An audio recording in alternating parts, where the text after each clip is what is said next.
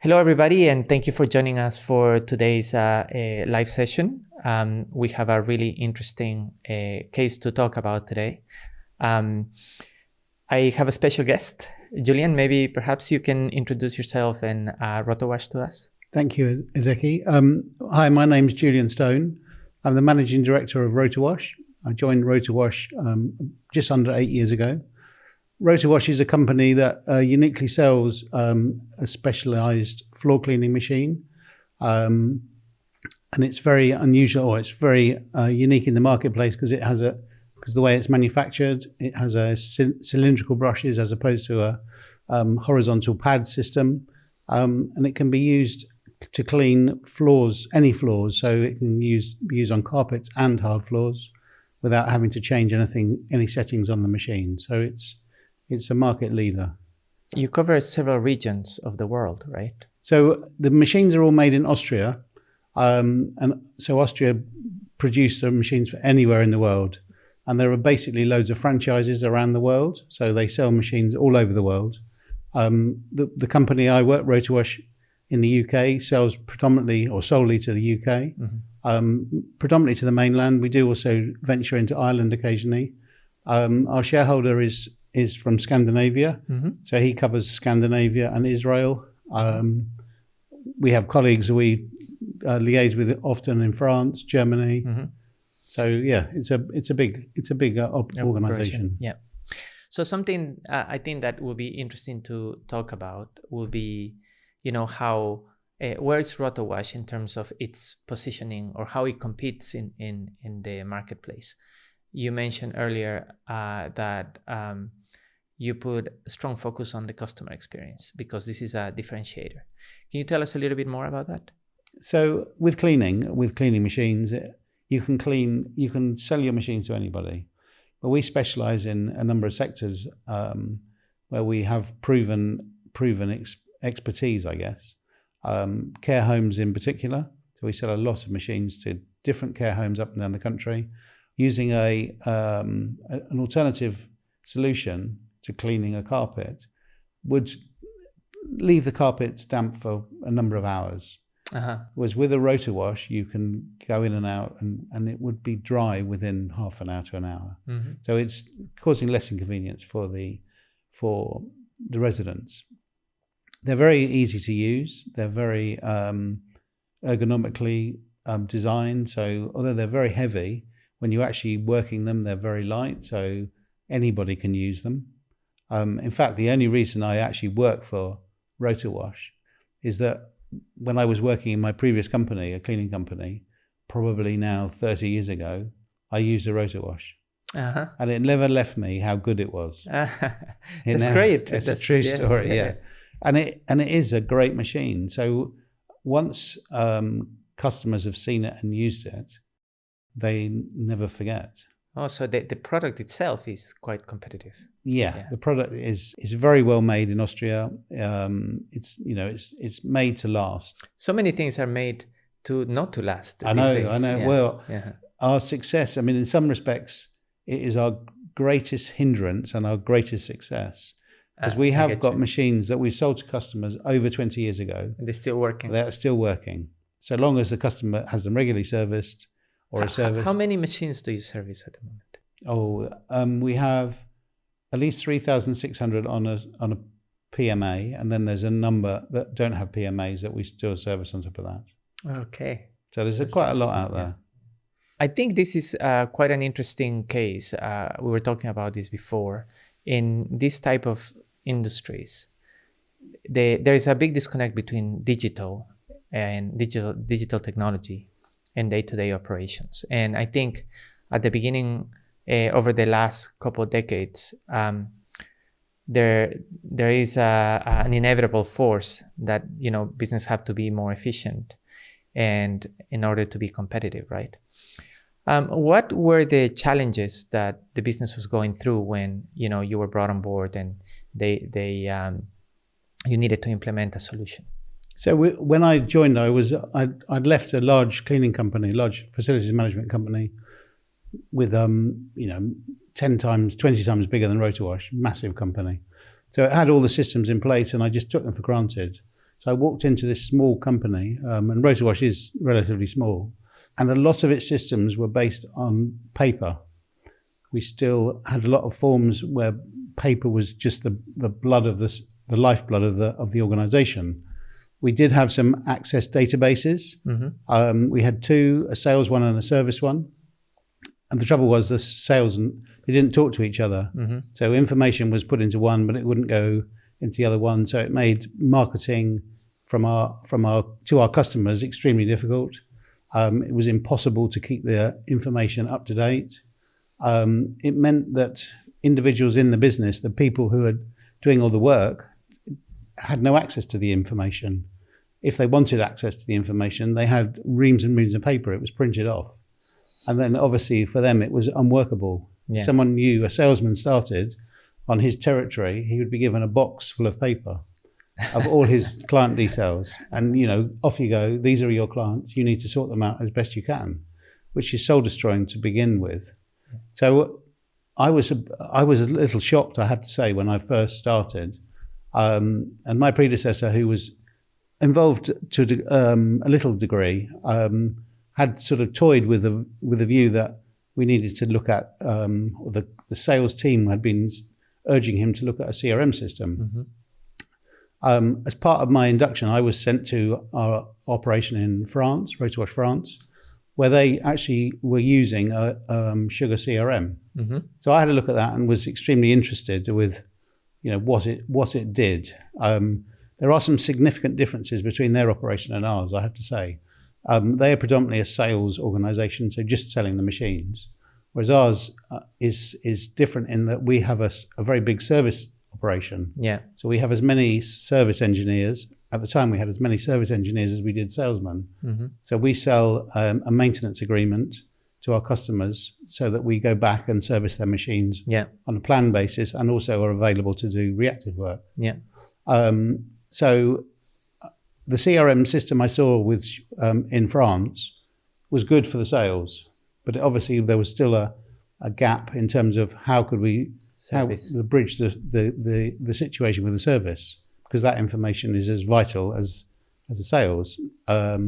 So came back home and thought, I need to now really look with seriousness at a CRM system, and I came to meet you, and we had a meeting many years ago. Yes, and you convinced me, from the other people I was looking at, I think redk were very professional at the time and gave me confidence that they understood my problems and that they could help me. So we embarked on the journey. It was probably 5-6 years ago now, at least. The team that came in to implement the Sugar CRM were shocked at the state we were in. Yeah, but you'd be surprised even today how many companies still work in a very manual way. What I think is interesting to highlight is there is a tendency to think these projects are all about the software, when in reality they are business projects. There needs to be a strong business case behind them, and to understand where the technology will impact the business processes is fundamental, right?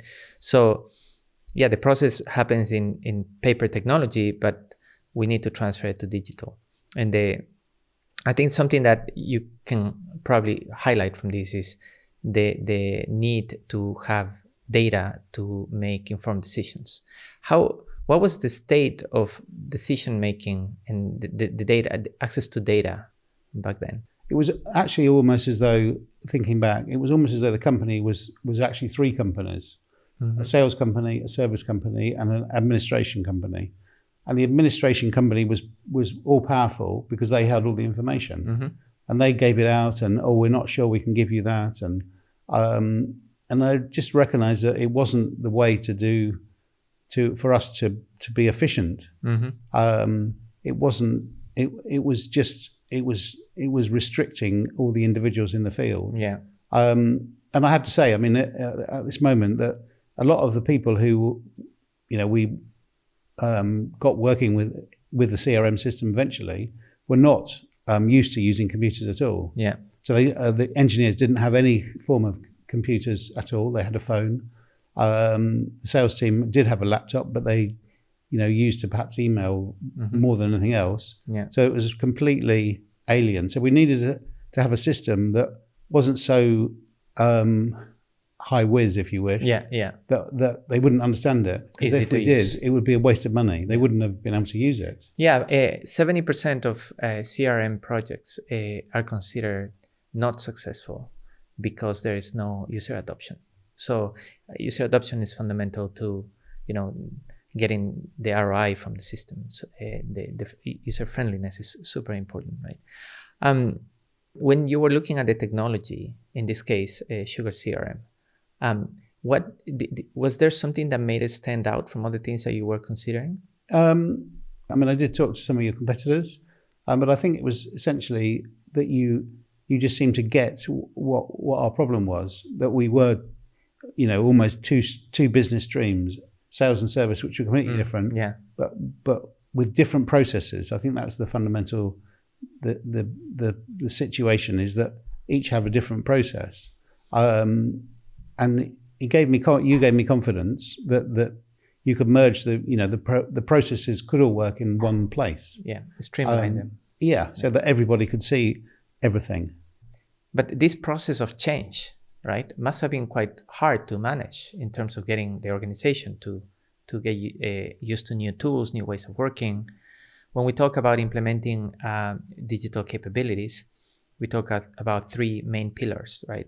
Technology, but also processes, the process redesign, and the people, how people change their function, their roles, the way they do things. How difficult do you think this was?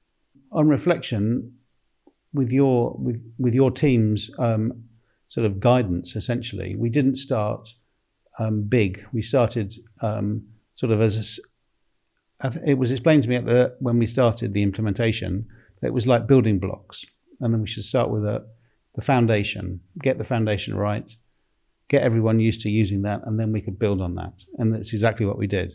So once we'd got the foundation in, which was all the information about our customers, the machines we sold, and so on and so forth, we had been trained. There's a small team of us had received training from redk, and then we rolled it out amongst our teams. And it was, I suppose, the success of that was that we were prepared. The team, me included, were prepared to invest our time and energy into making sure that each and every one of the employees was able to understand what they were required to do, how the system worked, how they could interact with it. Like a lot of things where people haven't used technology greatly before, there was a lot of fear around for them that, if I do that, will I muck the whole system up? So it was about building their confidence that what they could see, how they could use it. Yeah. That it was actually very simple, very interactive. You mentioned something that I think is really interesting, is often companies look at the providers or the partners implementing the solution to be capable. But there is a huge important piece of being committed internally to driving the change and believing that project is going to be successful, investing the time, the resources, because these projects often, when they launch, there's a lot of momentum, and then the momentum dies over time. And after a few months, people are distracted with other things and there's nobody driving this. So in order to drive adoption by the users, there needs to be a strong commitment to training, understanding the system, keep on tweaking the system, collecting feedback. I think this is something that I think that your internal team did quite well. Yeah, I think we did actually. I mean, there was no blame involved. So if someone did make a mistake, we didn't shout down the phone at them or, get them into the office and what are you doing? Or that sort of situation. We explained to them, that it doesn't matter. It can be sorted out. Mm-hmm. Any problem, any mistake can be resolved. Yeah. So don't worry about it. Don't be frightened about it. Yeah. And we use those sort of moments as training, extra training, so they could see, well, I see. It's actually quite a lot simpler than I thought it was going to be. Yeah. It took away the fear. I think if you build the system right, it should reflect the physical reality. So most of the things that are in the system should be almost common sense, right? Yeah. Like naming conventions for the functions, the name of the modules, how a process follows its own path, how it is streamlined into the next process and so forth. I think it's inevitable for businesses today to become digitalized, right? Now with the artificial intelligence coming into pretty much every area of business, if you don't have this type of digital capability ready in the business, you won't be able to take advantage of those. I think that's a really interesting conversation that we're having with different clients. You have data is the foundation for artificial intelligence. If you don't have your data right, your decisions, your processes are probably not happening at the speed you need, but also you're not going to be able to implement AI, right? Going back to the challenges, preparing for this conversation, we were talking about some of the achievements, right? So I think the easy ones are the day-to-day activities, just having visibility of your day-to-day operations. What are the things that you're able to know easily today that you wouldn't have known before? So a salesman can visit a customer who has bought a machine, let's say 5-10 years ago. And they can look on the system prior to going in to visit to determine how many visits the service engineers made. So what parts they fitted, so when the service was done, and the service engineers will leave a small comments in terms of the service, what was going on, whether the machine was being cleaned, or the sales guys are armed with that intelligence before they even meet their customer. So I can see you bought a machine such and such a time ago and it's been serviced and so on and so forth. So just everybody, I'm a great believer that everybody should see everything. There's no mystique about, your service, so we've got to keep that element of the business just to the service engineers.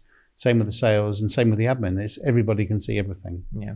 And it just makes everything, all conversations with customers, really important. And I think the one thing that I haven't said yet, the one reason why it was so important to me to get the right CRM in is about the customer journey.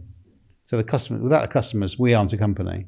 So it is about the customer care, and I'm truly believe that we offer better customer service now to our customers because of the CRM system. The CRM system is now, today, central to everything that goes on in the business. Everyone is a user, and everyone uses it every day.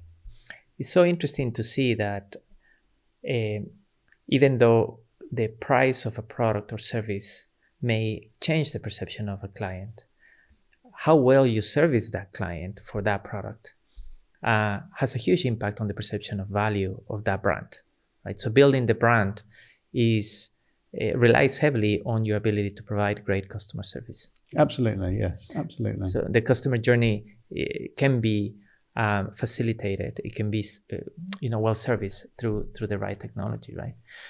Then we just quoting some of the things that we looked at before. You mentioned that you've been able to increment cash flow availability by 700%.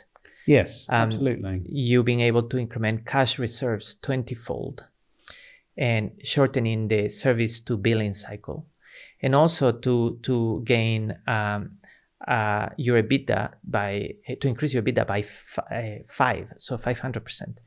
What is it that drove all of these accomplishments? Okay, so I have to say it didn't happen straight away. Yeah. So as I said before, we put in place our foundation, and then once we were at a good place in the company, and everyone was using it, and there was, the number of mistakes were very minimal.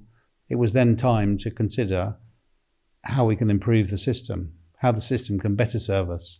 And it gave us as a business an opportunity to look at our own processes. Although we had CRM, some of our processes in the background were still working on paper. So what we essentially have done in the last couple of years is to take those 95% of those processes have now disappeared and have been replaced by a process within CRM. So for example, when an engineer visits a customer, they're required to fill out a service report. And a service report in the good old days was filled out on carbonated pads. So there was 4 copies. So one went to the customer, one went to our accounts department, one was for the engineer to keep as his record, and one, the last one, which was the 4th of the carbonated, went to the sales team, which often they couldn't read because it wouldn't come through. Yeah.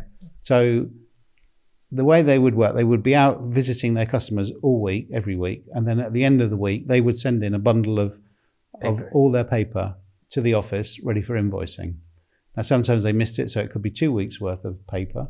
There's always to run the risk that something gets lost in the post and we lose all the service reports that we have to invoice. Yeah.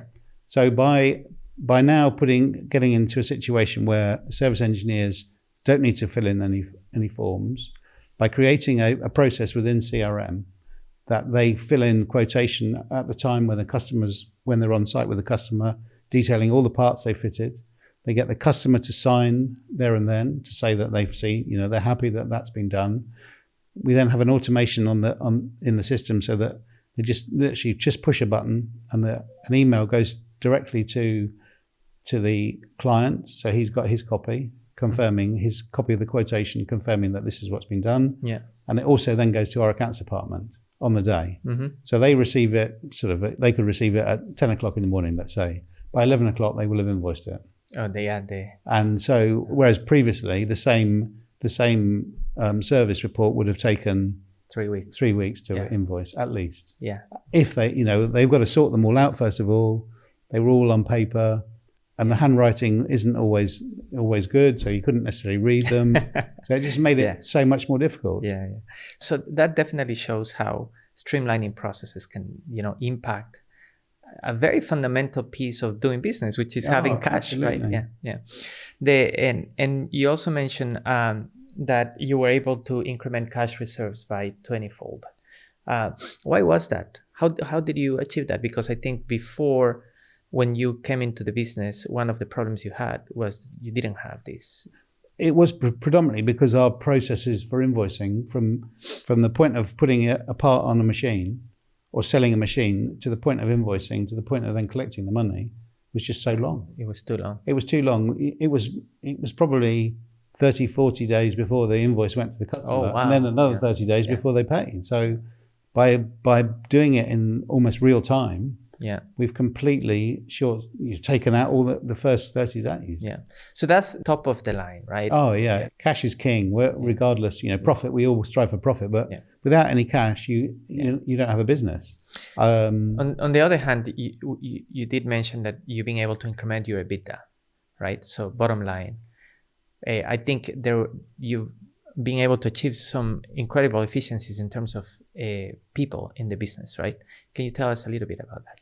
So we've been able to reduce the team, done in a compassionate way, I have to say, of course, because of the processes are so much more efficient.